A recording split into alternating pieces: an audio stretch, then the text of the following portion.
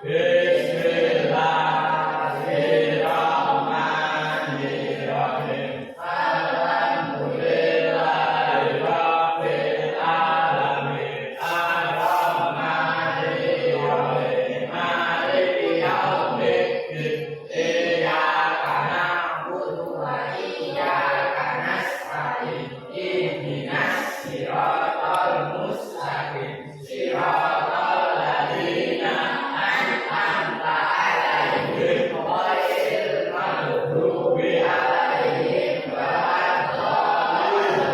Amin ya rabbal alamin. Wassalamualaikum warahmatullahi wabarakatuh. Waalaikumsalam warahmatullahi wabarakatuh. Saya absen terlebih dahulu ya. Aku Nekarayu, Cahyo Satrio, David Adriansa, dan Mentera Ibadah. Ada yang apa satu ya? Bagaimana kabarnya semuanya? Baik. Apakah masih ada yang ingat materi kemarin? Yaitu tentang sistem pernapasan manusia. Yang pertama yaitu mekanisme sistem pernapasan manusia. Ya, inspirasinya adalah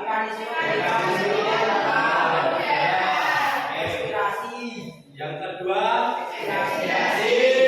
ekspirasi adalah cepat sekali. Masih ada ingat ya? Kemudian peranan oksigen dan karbon dioksida. Peranan oksigen apa aja? Oke, respirasi sel. Respirasi sel yaitu oke.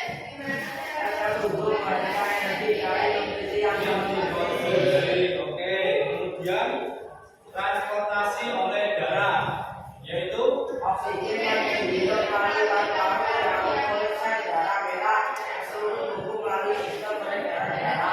yang ketiga peranan karbon dioksida yaitu sebagai kemudian cairan kemudian fungsi sistem ekskresi. Oke, pada materi ini kita akan belajar sistem ekskresi pada manusia. Sebelum saya melanjutkan menerangkan materi, saya akan membacakan tujuan pembelajaran kali ini.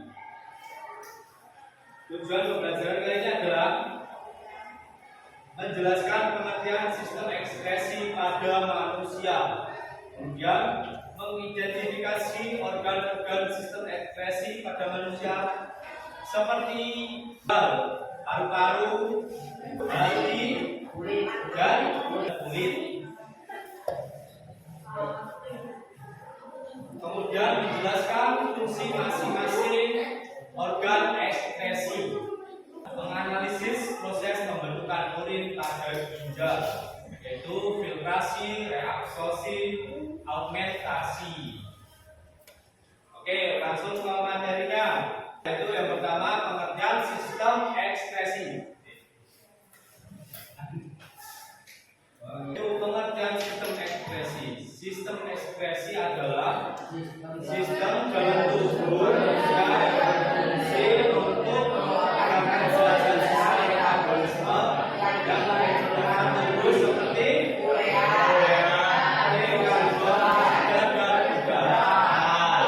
tujuannya adalah menjaga keseimbangan internal tubuh dan mencegah penumpukan racun dalam tubuh.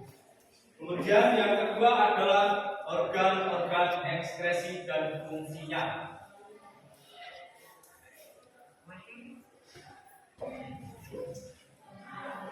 Yang pertama adalah ginjal. Ginjal berfungsi menyaring untuk membentuk urin yang mengandung urea, garam, dan udara berlebih. Kemudian ada paru-paru.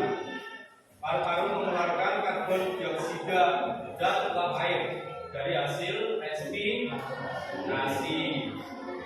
Yang ketiga adalah hati. Hati kulit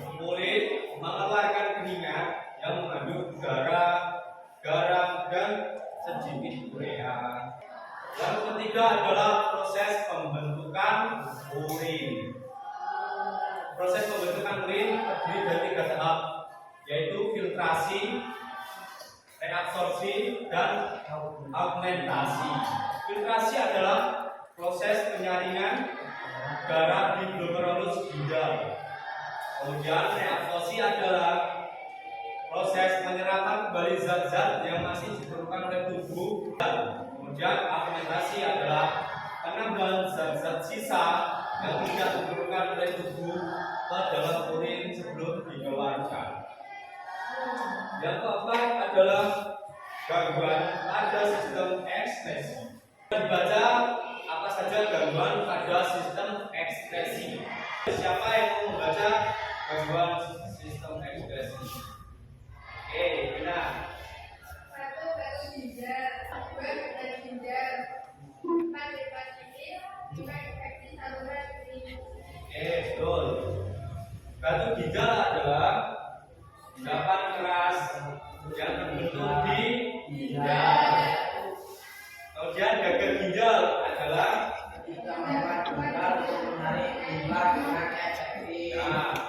gagal ginjal ini biasanya disebabkan oleh ketika kalian kurang minum air putih dan sering minum minuman yang berwarna minuman kemasan.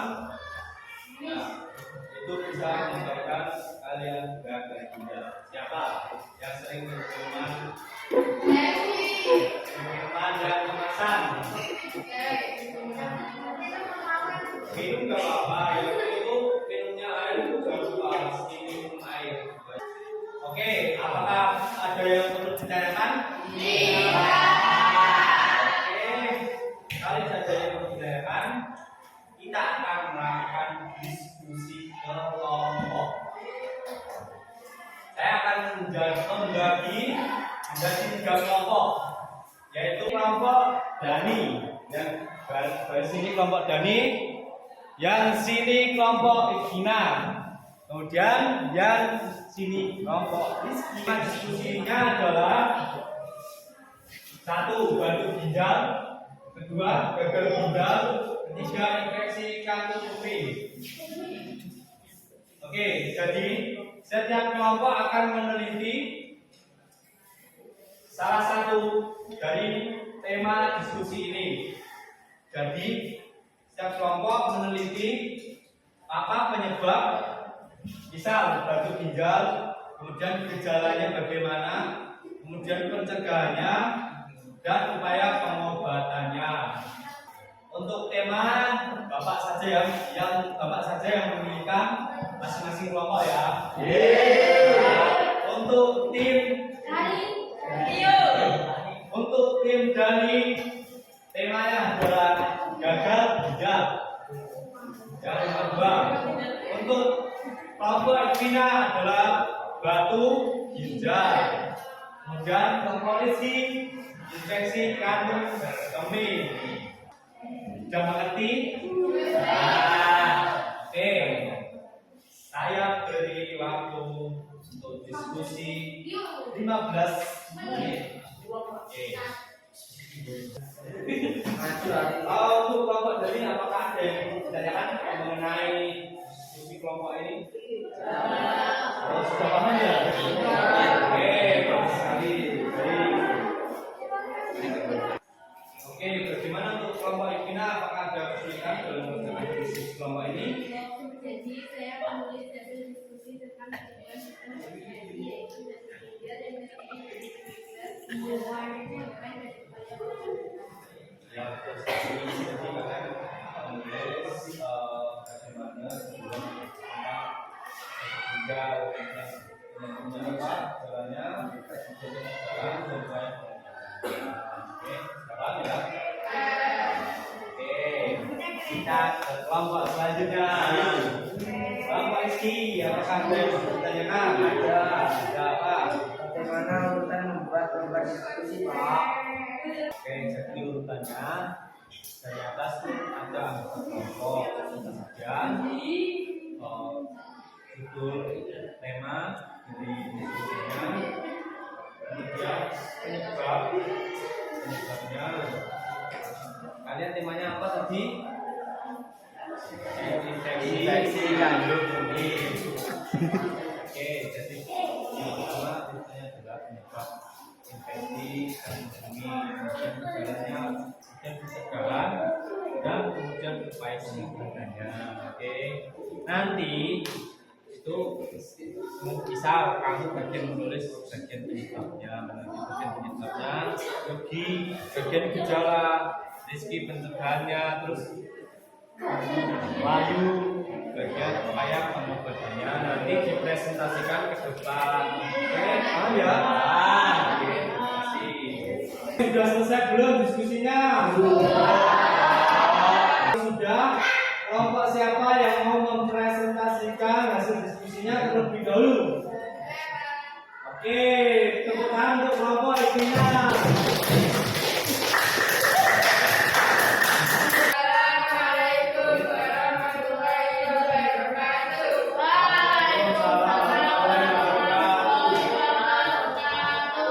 Kami dari kelompok Ipina ingin mempresentasikan hasil diskusi kami tentang kandung ginjal. Satu, menyebabkan kandung ginjal. Kurang minum air dingin, konsumsi makanan tinggi, salad, bayam, coklat, dan kacang-kacangan. Terlalu banyak garam dan protein hewani, riwayat keluarga, dan obesitas dan gangguan metabolisme. Kedua, gejala kandung ginjal. Satu, nyeri hebat di pinggang, perut, atau selangkangan. Dua, sering buang air kecil dan terasa nyeri. Tiga, kulit keruh atau berdarah. Empat, mual dan muntah. Lima, demam jika terjadi infeksi. Silakan ya. Satu, minum air putih minimal 2 liter per hari. Dua, mengurangi makanan tinggi, salad dan buah. Tiga, menjaga berat badan ideal. Empat, menghindari minuman manis dan berkalsium tinggi. Lima, tidak mengikuti riwayat keluarga. Lima, supaya pengobatan kandung ginjal. Pengobatan ini membutuhkan banyak kebutuhan menentukan DSWL kelompok untuk mengajukan penelitian untuk mengangkat melalui operasi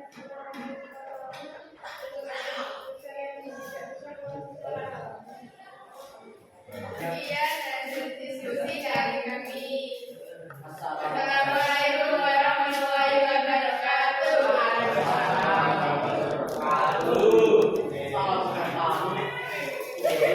Oke, kemudian yang akan mempresentasikan diskusi adalah tadi ya kelompok Rizky, ayo maju.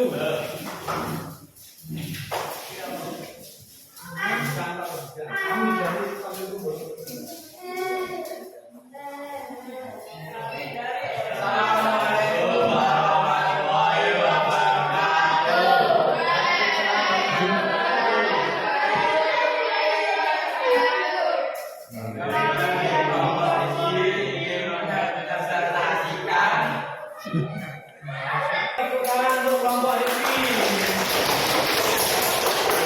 Kemudian yang terakhir adalah kelompok Dani. Oke.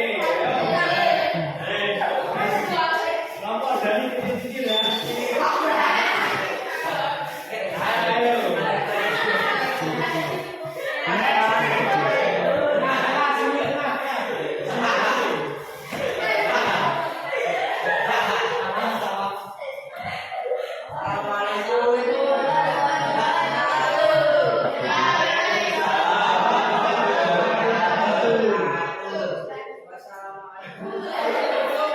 Diskusinya sudah selesai. Kita tata kembali bangkunya ke posisi semula. Sudah paham semuanya ya tentang materi pada hari ini? Oke, jadi kesimpulan pada pembelajaran kali ini adalah regresi yang berfungsi mengeluarkan zat-zat yang merupakan lagi seperti urea, karbon dioksida, Tujuannya adalah menjaga keseimbangan tubuh dan menjaga ketentuan tertentu. organ-organ ekskresi, Ginjal,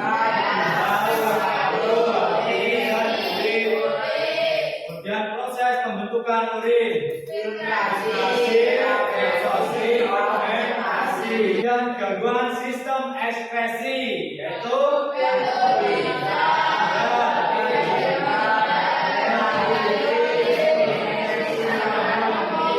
Oke.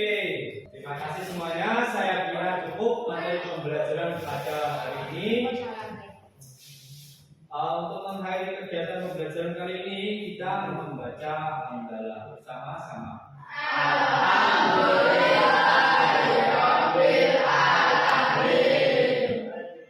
Ketua kelas boleh diberi doa untuk